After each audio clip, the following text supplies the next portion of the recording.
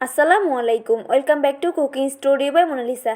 আজকে আপনাদের সাথে কোনো প্রকার ক্রিম এবং কনডেন্স মিল্ক ছাড়া খুব সহজেই mango cup ice cream recipe share করব। আশা করি আজকের রেসিপিটি আপনাদের অনেক বেশি ভালো লাগবে। রেসিপিটি সহজভাবে তৈরি করার চেষ্টা করেছি। রেসিপি ভালো লেগে থাকলে প্লিজ একটি লাইক দিয়ে দেবেন এবং আপনি যদি চ্যানেল নতুন হয়ে থাকেন অবশ্যই চ্যানেলটি সাবস্ক্রাইব করে নেবেন। এখানে আমি ম্যাঙ্গো আইসক্রিমের জন্য এরকম পাকা আম নিয়েছি। অবশ্যই আমটা যেন খুব বেশি মিষ্টি হয় সেই দিকে খেয়াল রাখবেন।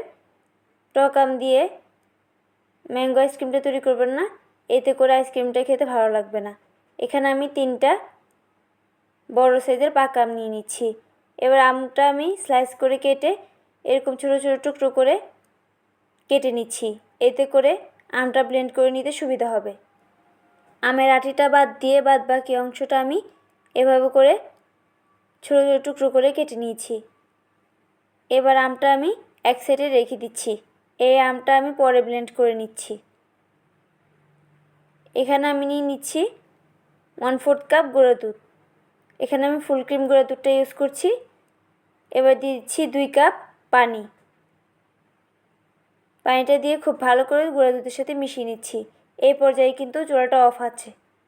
এবার আমি দিয়ে দিচ্ছি 1/4 কাপ চিনি। মিষ্টিটা আপনাদের টেস্ট অনুযায়ী অ্যাড করে নেবেন, তবে 1/4 কাপ চিনি দিলেই এই ম্যাঙ্গো আইসক্রিমটা মিষ্টিটা ঠিক মতো হবে। এবার 1 চামচ কর্নফ্লাওয়ার দিয়ে খুব ভালো করে নেড়েচেড়ে মিশিয়ে নিয়েছি।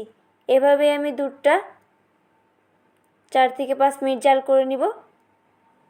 দুধটা জাল করে চুলা থেকে নামিয়ে পুরোপুরি ঠান্ডা করে নিচ্ছি। এবার আমি ম্যাঙ্গো পিউরিটা করে নিয়েছি। এবার সেই ঠান্ডা করে রাখা দুধটা দিয়ে দিচ্ছি। দুধটা আমের পিউরির সাথে খুব ভালো করে মিশিয়ে নিতে হবে।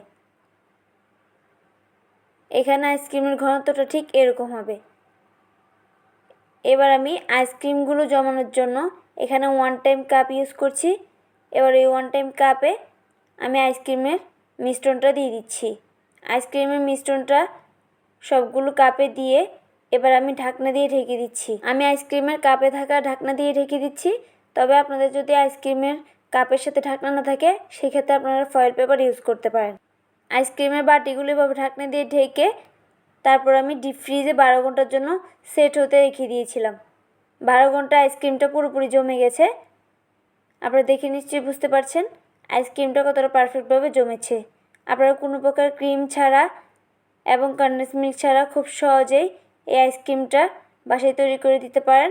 বাচ্চা থেকে বড় সবাই অনেক বেশি পছন্দ করবে। আমের সাথে গ্রানে ভরপুর এই আইসক্রিমটা যেমন পারফেক্ট হয়েছে, খেয়ে তো মাশাআল্লাহ অনেক মজা হয়েছে। আপনারা রেসিপিটি একবার হলো বাসায় ট্রাই করবেন এবং কেমন লেগেছে কমেন্ট করে জানাবেন। রেসিপি ভালো লেগে থাকলে প্লিজ একটি লাইক দিয়ে দিবেন এবং চ্যানেলটি সাবস্ক্রাইব করে পাশে থাকা বেল আইকনটি প্রেস করে দিবেন। আর যারা ইতিমধ্যে সাবস্ক্রাইব করেছেন তাদেরকে অসংখ্য ধন্যবাদ। আর আপনি যদি ফেসবুক থেকে ভিডিওটি দেখে থাকেন অবশ্যই পেজটি ফলো করে দিবেন। আজকের মধ্যে এখানে বিদায় নিচ্ছি। দেখা হবে পরবর্তী কোনো রেসিপি নিয়ে। সেই পর্যন্ত সবাই ভালো থাকবেন। আল্লাহ হাফেজ।